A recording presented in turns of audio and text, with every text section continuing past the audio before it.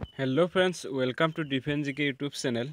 So friends, আজি মই আকৌ লৈ আহিছোঁ অসম পুলিচৰ ৰাইটেন এক্সামত আহিবলগীয়া 12টা ইম্পৰ্টেণ্ট কুৱেশ্যন আৰু এইটো পাৰ্ট নম্বৰ হয় 55 নম্বৰ পাৰ্ট হয়। ইয়াৰ আগতে 55টা এবাৰ আপলোড কৰিছোঁ। যদি কোনোবাই চোৱা নাই প্লেলিষ্টত গ'লে পাই যাব, তাৰে পৰা চাই ল'ব।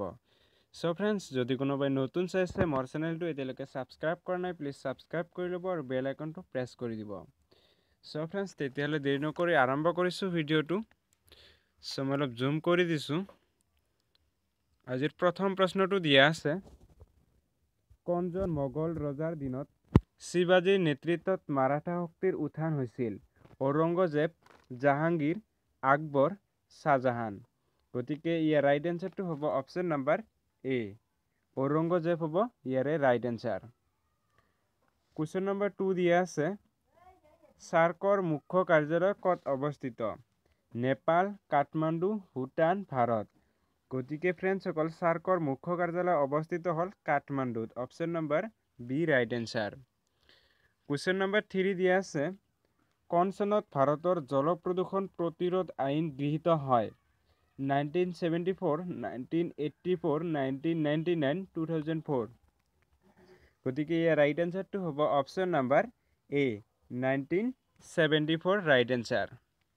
কুৱেশ্যন নম্বৰ 4 দিয়া আছে, ভাৰতীয় জাতীয় কংগ্ৰেছৰ প্ৰথম মহিলা সভাপতি কোন আছিল? Indira Gandhi, any Besant, Nirupama Rao, Sarojini Naidu. গতিকে ৰাইট এনচাৰটো হ'ব option number B, any Besant ভাৰতীয় জাতীয় কংগ্ৰেছৰ প্ৰথম মহিলা সভাপতি আছিলে। কুৱেশ্যন নম্বৰ 5 দিয়া আছে, টুংখুকীয়া বুৰঞ্জী কোনে লিখিছিল? কাশীনাথ তামুলী ফুকন, দুতিৰাম হাজৰিকা, শ্ৰীনাথ বৰবৰুৱা, বিশ্বেশ্বৰ বৈদ্যবীপ।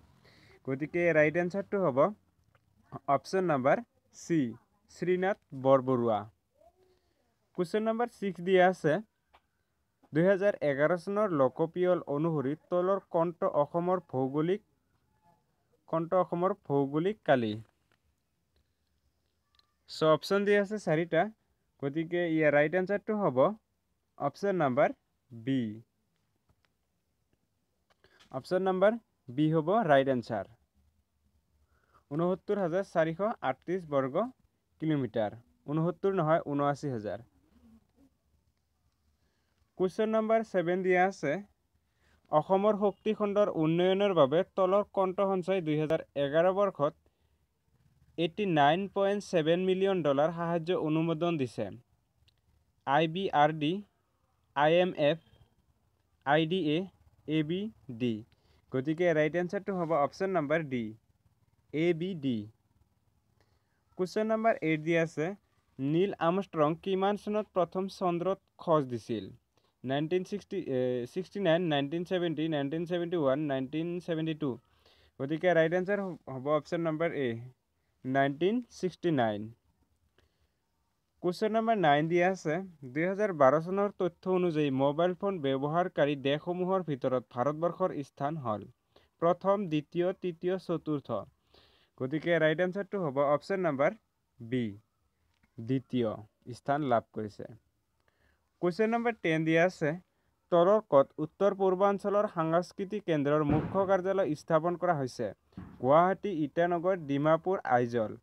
গতিকে ৰাইট এনচাৰটো হ'ব অপশ্যন নম্বৰ চি, ডিমাপুৰ। চ' বহুত ইম্পৰ্টেণ্ট কুৱেশ্যন হয় এইবোৰ। কুৱেশ্যন নম্বৰ 11 দিয়া আছে, পতঞ্জলি য়োগ পীঠৰ প্ৰতিষ্ঠাপক কোন? ৰবি শংকৰ, নিৰ্মলা বাবা, বাবা ৰামদেৱ, অভয়ানন্দা। গতিকে ৰাইট এনচাৰটো হ'ব অপশ্যন নাম্বাৰ চি, বাবা ৰামদেৱ। এইটো এটা বহুত ইম্পৰ্টেণ্ট কুৱেশ্যন। কুৱেশ্যন নম্বৰ 12 দিয়া আছে, অসমীয়া থিয়েটাৰ জগতে প্ৰায় কিমান বছৰ অতিক্ৰম কৰিলে? এইটো এটা অসম পুলিচৰ বাবে বহুত ইম্পৰ্টেণ্ট কুৱেশ্যন। 60, 40, 75, 50। চ' প্ৰায় 50 ইয়াৰ্ছ অতিক্ৰম কৰিলে। অপশ্যন নাম্বাৰ ডি হ'ব ৰাইট এনচাৰ। চ' ফ্ৰেণ্ডসকল, আজিৰ 12টা কুৱেশ্যন শেষ হৈ গ'ল। ভিডিঅ'টো চাই কেনে লাগিলে নিশ্চয় কমেণ্ট কৰি জনাব, আৰু যদি লাইক শ্বেয়াৰ কৰা নাই প্লিজ এটা লাইক শ্বেয়াৰ কৰি দিয়ক। গতিকে পৰৱৰ্তী ভিডিঅ'ত পুনৰ লগ পোৱাৰ আশাৰে আজিলৈ বাই।